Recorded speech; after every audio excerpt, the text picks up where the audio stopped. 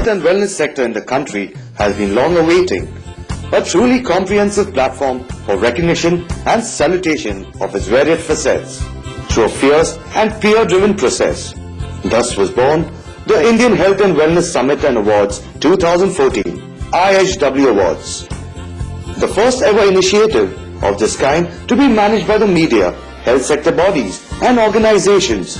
It was held in the Hotel Hyatt Regency, New Delhi.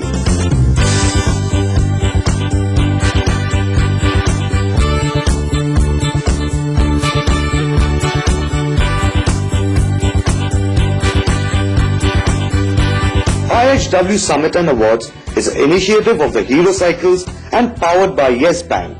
The event was inaugurated with great pomp and show. I now request our chief guest to come forward and commence the evening with the lamp lighting ceremony. I request our Honorable Minister, Mr. Shripad Yesanayak Ji, to come forward.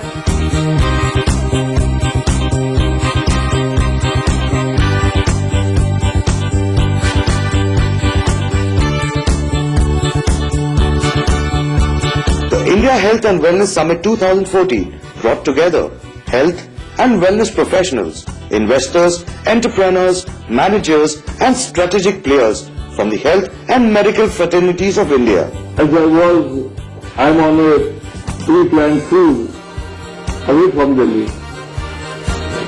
I am greeting you through this radio message. Wellness is a total concept. It's a physical health plus mental health. All of our efforts are in furtherance of our Honorable Prime Minister's vision to make the country a better place to live for its billion plus population. We are dedicatedly working for the push, the reach of hospitals and clinics to far corners of India so that healthcare does not remain a prerogative of urban and affluent Indians. The eagerness is to learn as well as to understand our country and our system. The announcement of June 21st as a World Yoga Day and the increased interest of the global community towards the conventional health system are proof of the fact. I request Mr. Shrikant Ganduri from Yes Bank Foundation to please come on the stage and give the Yes Bank report to our Honorable Minister.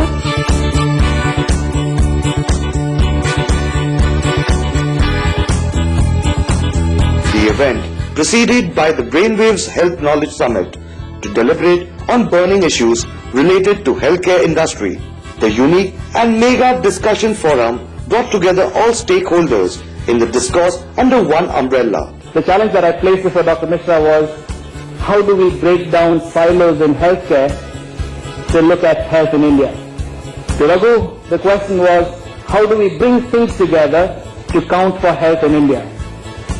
And to Mr. Pathak, the question was, how does health get influenced or how does health come out of total sanitation? What has India seen over the last 2 decades is the growth of tertiary healthcare in the metropolitan cities and maybe tier 2 cities as well. And that is where, when we were talking about the accessibility to this tertiary care and affordability, there are 2 important issues which come. India largely lives in villages. We are seeing a lot of trends in India, and that set me wondering. I had a gap of about 6 to 7 years when I was not in India, and I came back, and so I saw a lot of stuff which had changed. Sometimes the gap gives you don't see the continuum of change, so you can see the changes occur. If you look at some of the key HDI indicators, infant mortality ratio in UP is still around 60. A fertility rate for a lady there is still 3 to 4 children. Whereas down south in Kerala, you are somewhere at 15, 16. As you say, health is wealth. We talk many things, nutrition, other things. Water, sanitation, both come first. And we are not adopting the Indian methods to provide good drinking water, good sanitation. And therefore, we are lagging behind. Starting from the last, whether it's governance or whether it's even our ability to model things for our country which is evidence-based, or even looking at how do we do teamwork even within the settings of healthcare provision. The discussions were centered on key trends and burning issues with an aim to set an agenda for policymakers and industry players towards the goal of common good and growth. The forum is pivoted around the objectives of a state of informed decisions and policy movement with clarity. Out of every 100 grade A nurses we estimate you have about 10. Out of every 100 medical doctors you need, we estimate you would have about 20. I think we just have to accept that to deliver well, we need to spend much more than we are spending today. We spend 1% of our GDP on health. That's, Brazil spends about 3% and other 4%. We just cannot do more with 1%. How do you measure this investment in health? Education body has been very successful over the last, I keep saying this, that civil society put tremendous pressure on the government over the last decade and a half and was able to give a focus to education. Why can't we somewhere link health coverage or this healthcare system onto that platform? Because if you have mapped those people and you have a database, why can't we link? You don't have to reinvent the whole thing again. It could essentially be because they tend to believe that the quality of care they can expect from the doctors in some of the leading government hospitals in the country is still much better and more reliable and probably more trustworthy as compared to some of the private so-called branded hospitals. One, the healthcare providers worry about the investment that they might need to make while going down the NABH route or JCI, which is even higher. And the second is there value in terms of getting an accreditation, making that investment, because you're not going to get reimbursed the same way irrespective of whether you're accredited or not. I think this is a rare opportunity where all of us can come together and share ideas. Methods to improve the health care and the dream of the Prime Minister Health for All can come true with these kind of discussions. The IHW Awards is the most comprehensive recognition platform with over 60 awards in multiple categories. Ladies and gentlemen, going on to the single specialty hospital of the year. Can we have the nominations? The nominees are Purpose Sea Dog Healthcare Limited, Melrose Sea Warrior Maternity Hospital, and Purpose La Specialty Hospital of the Year is Melrose Warrior Maternity Hospital.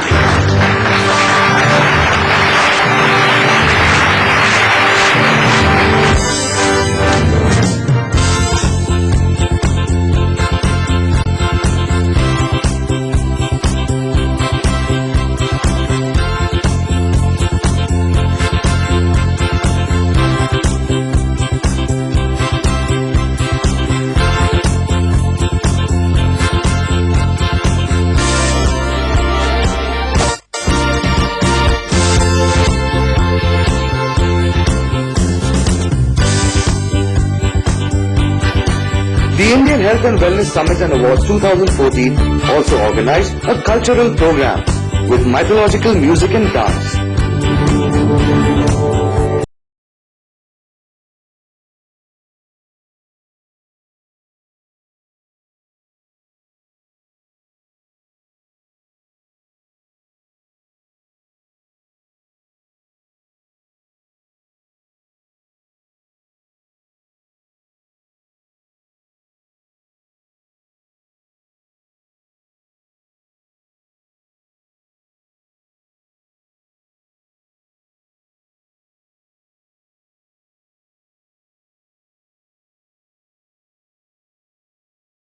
National participants and awardees appreciated the interactive session with award function. This event is about trying to understand how health and fitness management can be spread out across the country. In fact, this is one summit which is talking about prevention of healthcare, rather than treatment alone. really motivates everybody in the industry and will have everybody strive for excellence and quality. I think this conference is a great idea of actually bringing together new innovations, new ideas, encouraging entrepreneurs in continuing their effort on building breakthrough businesses in healthcare. An ambitiously and meticulously planned initiative, the IHW Awards 2014 is causing a buzz in Indian healthcare sector and attracted huge participations and a wider media response. As far as the awards are concerned, this is a great initiative. It gives them a lot of enthusiasm to work further, to work towards the excellence in their respective field. I think it's a great idea. Summits like these are beautiful platforms for India to even start thinking that, okay, you know, we have been blessed thanks to medical technology, thanks to science. We have been blessed with extra years in our life.